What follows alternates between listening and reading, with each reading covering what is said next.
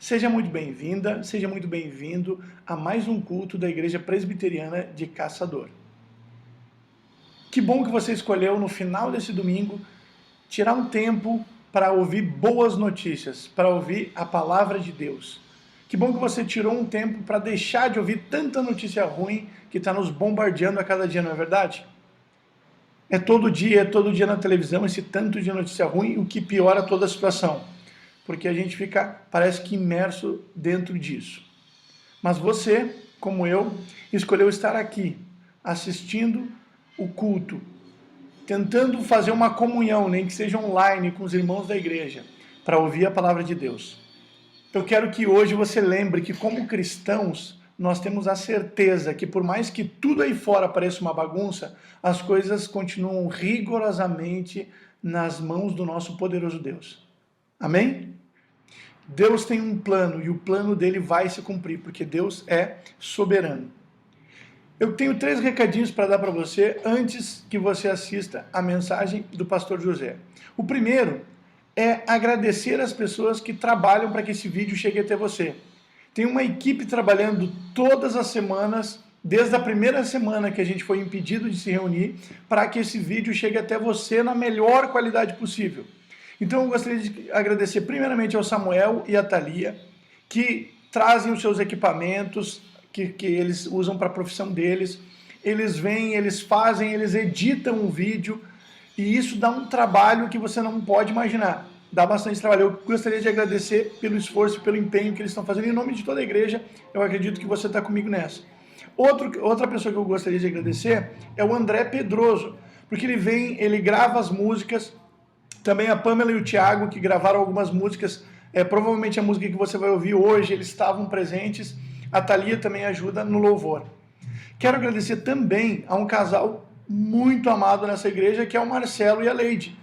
Eles quebraram toda a timidez deles para estar na frente das câmeras e fazer essa introdução para você.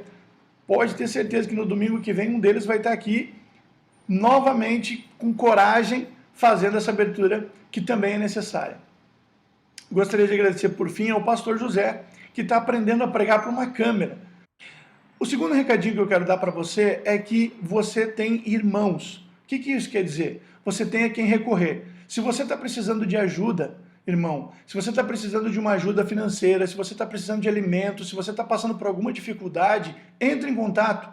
Se você está precisando de oração, se você está precisando conversar, se você quer estudar a Bíblia, você deve entrar em contato ou pelos comentários aqui, deixando o teu contato, ou se não, vá lá na página do Facebook da igreja, entre em mensagem e manda, que daí só apenas algumas pessoas vão ver esse comentário. Se você é um visitante, se você não conhece a Igreja Presbiteriana de Caçador e quer um estudo bíblico, você quer entender o que está acontecendo no mundo, a Bíblia fala como começou, tudo o que aconteceu e como tudo vai acabar. Se você quer estudar a Bíblia para entender um pouco mais e acalmar o teu coração, também entre em contato. O terceiro e último recado que eu quero dar para você é referente à comunhão da igreja. Eu quero convidar você a orar pela igreja. Ore mesmo, ore pelos irmãos nominalmente. Lembre daqueles que você conseguir e ore nominalmente por eles. Se você conseguir, pegue o seu WhatsApp, assim que terminar esse culto, pegue o WhatsApp, faça uma ligação de vídeo, convide 3 pessoas, pergunte como elas estão, pergunte quais pedidos elas têm de oração, quais agradecimentos, como ela está passando por essa crise e ore com ela no final. No final, convide para que ela faça isso com mais 2 pessoas, assim toda a igreja vai conseguir orar junta, mesmo nós não estando fisicamente na igreja. O pastor hoje vai falar sobre como as vãs sutilezas, como quando a gente não se agarra na verdade bíblica, é muito fácil a gente perder o nosso caminho, perder a nossa fé em Cristo Jesus. Por isso, é muito importante que você esteja aqui hoje, ouvindo a palavra de Deus. Que você seja abençoado, que você seja impactado e que você lembre que a Covid-19 não vai matar a nossa igreja, porque quem sustenta a nossa igreja é Cristo Jesus. Deus te abençoe.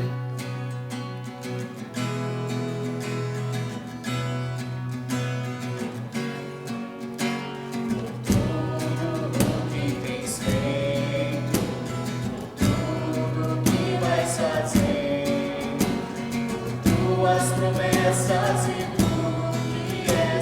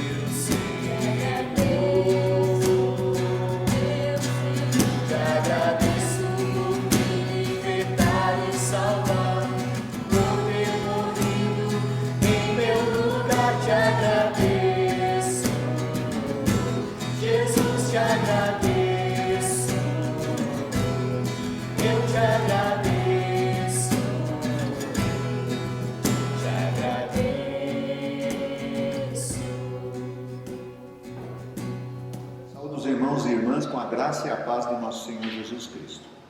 O texto bíblico para a nossa meditação de hoje está em Colossenses capítulo 2, versículo 8 a 10. Nós lemos: Cuidado que ninguém vos venha enredar com sua filosofia e vãs sutilezas, conforme a tradição dos homens, conforme os rudimentos do mundo e não segundo Cristo, porquanto nele habita corporalmente toda a plenitude da divindade.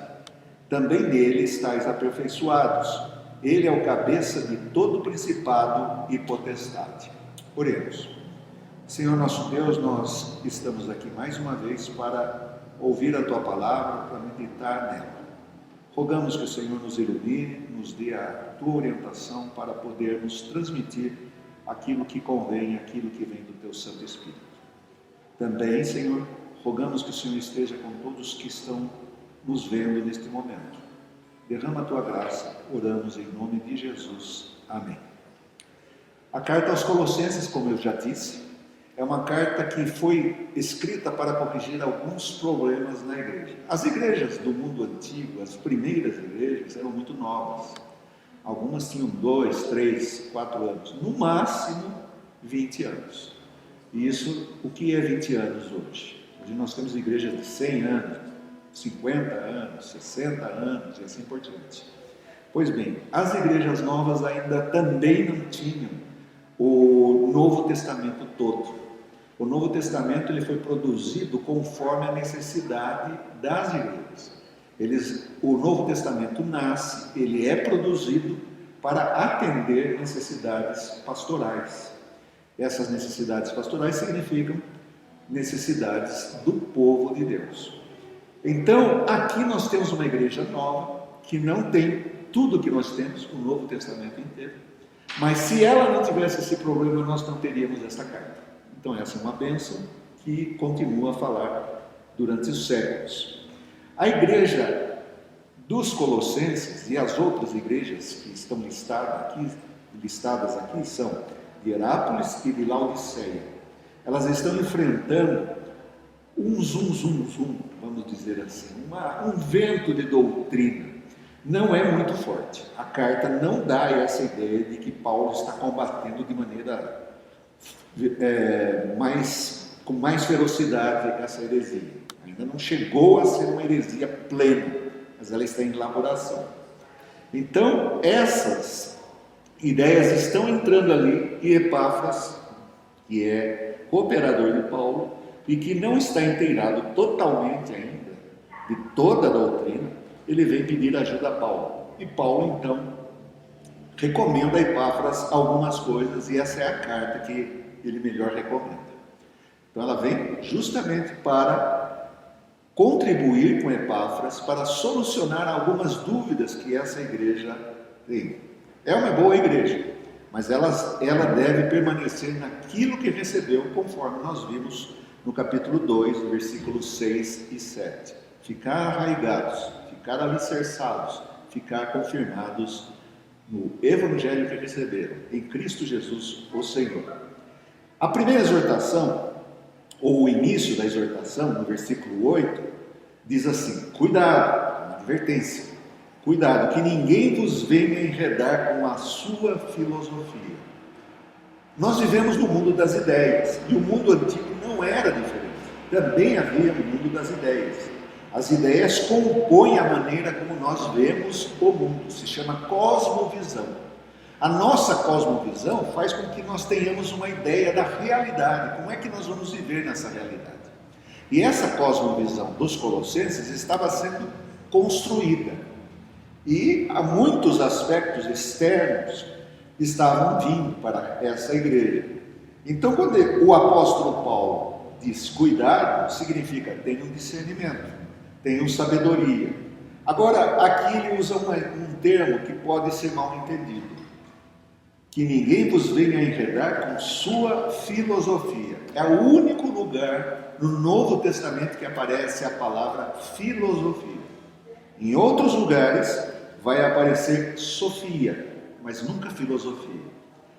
E nós tendemos a pensar que filosofia se trata dos sistemas filosóficos da época.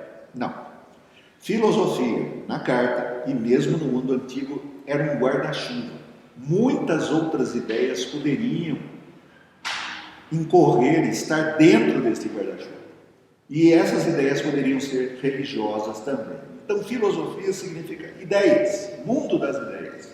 Mundo das ideias, dos pensamentos, das elaborações que as pessoas faziam. No caso aqui, a gente até poderia dizer sentimentos religiosos, pensamentos religiosos. O apóstolo Paulo está advertindo, então, aos seus leitores que não se envolvam, que não se deixem apegar com essas questões. Nós também vivemos com questões assim. Principalmente num período de crise como o nosso, algumas teorias de conspiração, outras teorias malucas estão aparecendo aí, sem falar nas práticas. Mas vamos pensar bem antes na carta, no que diz essa carta. Filosofia e vãs sutilezas. Essa religiosidade, ela está ligada com essa ideia de vã sutileza. Ela tem uma cara de verdade, parece verdade. É como se fossem duas coisas que nós temos, que compramos. Uma nós sabemos que realmente é autêntica e a outra não é autêntica. O discernimento não é dizer o que é verdade e o que não é verdade. É saber que a não verdade parece verdade. A sutileza, a vã sutileza, ela não tem cara de mentira, ela tem cara de verdade. É por isso que Paulo lembra: não lancem mão, não abram mão da sua tradição, ou a tradição aqui, no bom sentido, significa naquilo que vocês receberam, que é o Evangelho. Ele diz, conforme a tradição dos homens, ou seja, isso daí não vem de Deus, vem das pessoas, e as pessoas são criativas ao elaborar a sua maneira, a sua cosmovisão. Não compartilhe com ela. Nós estamos num mundo que é cheio de informação. A palavra informática vem dessa ideia, informação. Hoje nós somos regados, temos uma avalanche de informações, mas ao mesmo tempo temos uma avalanche de desinformação. Isso não era diferente no mundo antigo, só que nós temos hoje a tecnologia e todos podem ter acesso a isso. E há muita desinformação que são chamadas hoje, resolveu-se cunhar-se o termo fake news. O que é fake news? Nós precisamos de estudar mais para saber se aquela notícia é verdadeira ou não é. No mundo do apóstolo também acontecia isso, só que no mundo, no campo das crenças, da fé. Então, conforme a tradição dos homens, a elaboração, a criatividade dos homens, conforme os rudimentos do mundo. Essa expressão é a mais difícil aqui desse texto. Rudimentos do mundo podem ser ideias de banalidades, ideias rasas, que parecem, vamos dizer, parecem ser alto nível, mas na verdade são rasteiras. Então, tomem cuidado com essas ideias rasteiras mundanas e que não são segundo Cristo. O critério de avaliação de tudo isso, da filosofia, que vem com vãs sutilezas e dos rudimentos do mundo, é Jesus Cristo. É por isso que a crente no Senhor Jesus Cristo, deve sempre recorrer às Escrituras e fazer uma leitura global das Escrituras, ter um contato com as Escrituras para ser bem doutrinada, para ter um espírito crítico diante das ideias que estão ao nosso redor. O apóstolo Paulo está dizendo isto e ele sabe do que se trata essa heresia que está entrando na igreja. Nós temos uma possibilidade de tentar recriar, até possibilidade de tentar já é uma redundância, tentar recriar essa heresia que os estudiosos não sabem definir muito bem. Várias propostas já foram feitas. Mais tarde nós vamos falar isso num próximo encontro. Essa filosofia que vem acompanhada de vãs sutilezas tem uma deformação. Elas deformam Jesus Cristo. Elas deformam quem é Jesus Cristo. Elas querem superar e colocar um adendo, colocar um acréscimo à doutrina de Jesus Cristo como Senhor do universo. Então, a questão é, Jesus mais Jesus com algo mais. Esse é o problema. E isso foi, na verdade, o ponto de partida da reforma. Os excessos de adicionais. Vamos tirar esses adicionais. Vamos voltar aos princípios basilares da fé. E Jesus Cristo é somente Ele. Só Cristo. Essa é a base da fé cristã. E aqui vai aparecer o pronome constante até o final do capítulo, que é Ele, nele, com Ele, para Ele. Jesus é o centro de toda a sua argumentação. Essas coisas não combinam com Jesus Cristo. No versículo 9, então, nós lemos: porquanto nele habita corporalmente toda a plenitude da divindade. O apóstolo Paulo está fazendo uma asseveração que muitas pessoas na época poderiam achar estranhas. Um crucificado é divino. Em outras palavras, usando os termos do Evangelho de João, Jesus é Deus, Jesus é divino. Isso é complicado para muitas pessoas. Às vezes nós achamos que o judaísmo não comportava isso. Comportava sim. O que não comportava era a ideia da divindade ser crucificada. E aqui ele está dizendo, e ele não abre mão da crucificação, e diz: porquanto nele habita corporalmente toda a plenitude da divindade. Jesus não é semidivino, como se fosse um semideus. Tanto é que mais tarde vai surgir o gnosticismo, que vai falar sobre o demiurgo, e vai falar da divindade de Jesus, que é exagerada no sentido não bíblico, ao ponto de dizer que Jesus Cristo não tem corpo. Era uma visão apenas. Mas isso daí é mais para frente que vai acontecer na história da igreja. Aqui ainda estamos nos inícios. Jesus corporalmente, na sua vida, ele é divino. Tanto antes da ressurreição e tanto depois da ressurreição. Ele retorna à sua posição anterior, segundo Filipenses capítulo 2. Então Jesus é o Senhor, e no sentido de Ele possui a divindade, é a segunda pessoa da Trindade. Paulo acrescenta: também nele estáis aperfeiçoados. É em Jesus Cristo que nós estamos. Isso há uma ligação muito forte. Nós estamos em Jesus Cristo, nós estamos colados, ligados, unidos a Jesus Cristo. Não há como fazer essa divisão. É por isso que nós podemos ter um pouco mais de certeza e mais certeza de que o projeto de Deus se realiza na nossa vida, e o crente precisa entender isso.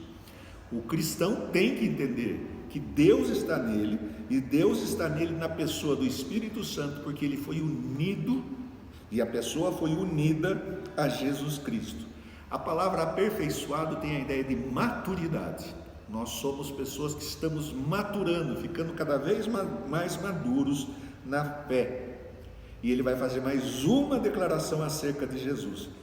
Ele, Jesus, é o cabeça de todo principado e potestade. Em outras palavras, é Ele que manda, é Ele que ordena. E aqui, principado e potestade podem ser potestades e principados visíveis.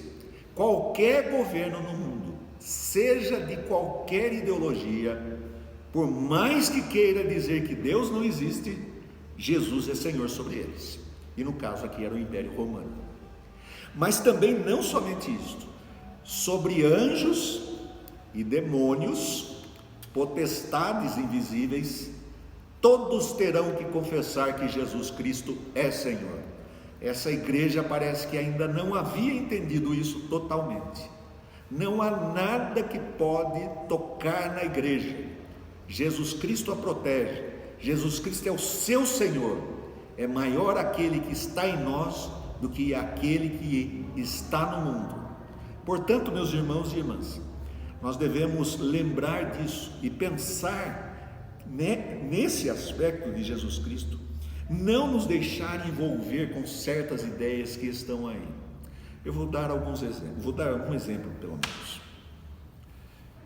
Ultimamente nós ficamos sabendo, e todo mundo sabe, que algumas igrejas estão promovendo algumas campanhas de vender coisas sutis que parecem verdade, que estão garantindo contra essa pandemia. Eu não vou citar nomes, os irmãos e irmãs têm discernimento para saber do que se trata. Então pessoas compram determinada coisa, ou na verdade dão uma oferta, porque a ideia lá é muito sutil, aí vem a sutileza, não se diz que está vendendo, está se oferecendo. Pode-se chegar até R$1.000, mas pode ser R$10.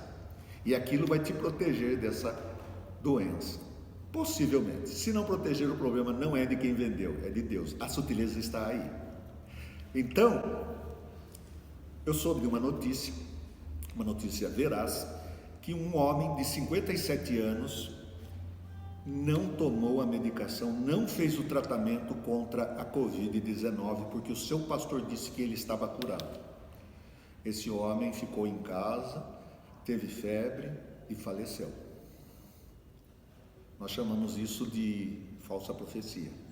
Isso se chama temeridade.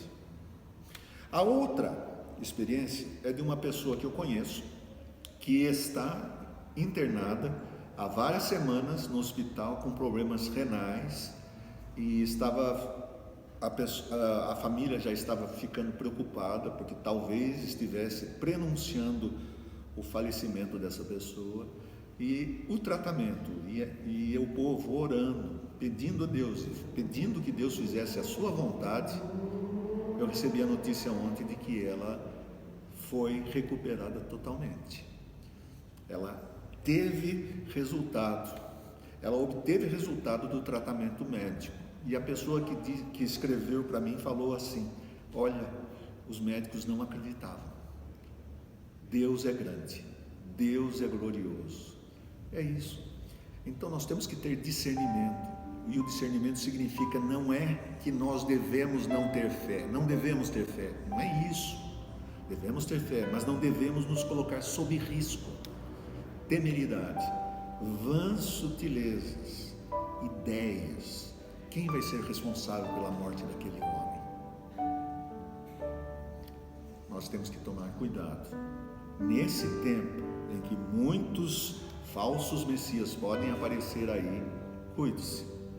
Deus nos abençoe a todos. Vamos orar. Pai Celeste, agradecemos a Tua palavra e rogamos que o Senhor nos dê sabedoria para viver neste mundo tão confuso, onde há muita informação e há muita desinformação. Que Teu Santo Espírito nos oriente e que a Tua palavra nos revele as falácias, as sutilezas, as vãs sutilezas que as pessoas tentam empurrar para a gente. Que nós mantenhamos a nossa fé somente em Cristo, porque somente Cristo é o Senhor. Nós oramos no nome dEle